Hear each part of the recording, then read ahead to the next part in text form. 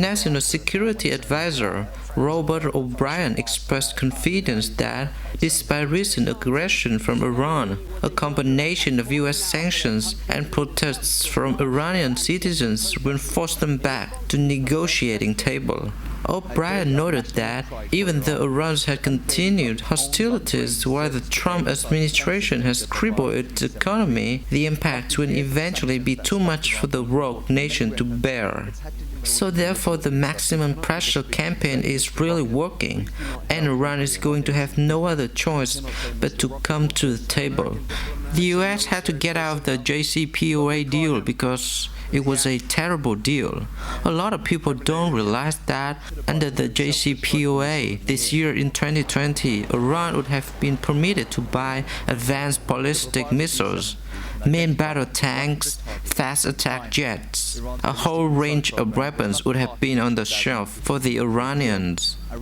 President Trump had pulled out the Iran nuclear deal, and the sanctions were geared towards pushing the Islamic nation to negotiate terms more beneficial to U.S. interests. Iran went from producing 3 to 4 million barrels of oil a day down to 150 to 400,000 barrels depending on the day.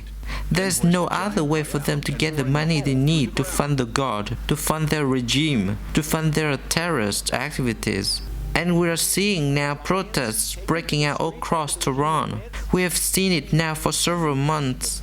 Iranian people are fed up with this regime.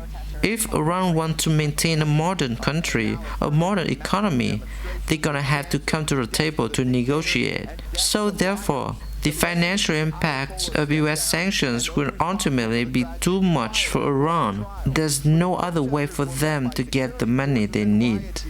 Also affecting the Iranian leadership have been protests in the streets, as citizens are speaking out after government admitted that they shot down the Ukrainian passenger jet last week. Iranian leaders initially denied responsibility, then claimed it was an accident, blaming the recent hostilities with the US.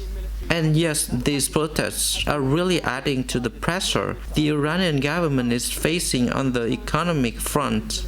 President Trump has expressed support for the protesters, saying that the US will continue to stand with you. We are following your protests closely and are inspired by your courage.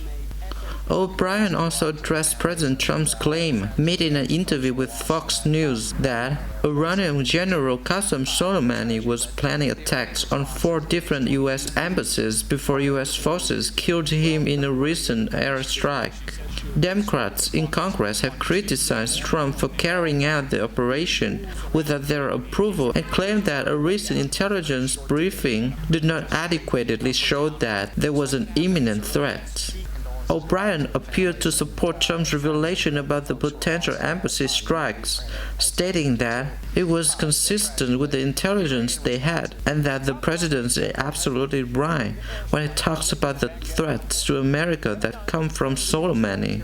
Look, in some ways, I would love to release the intelligence and show the American people, and I can tell you that they can trust the administration on this.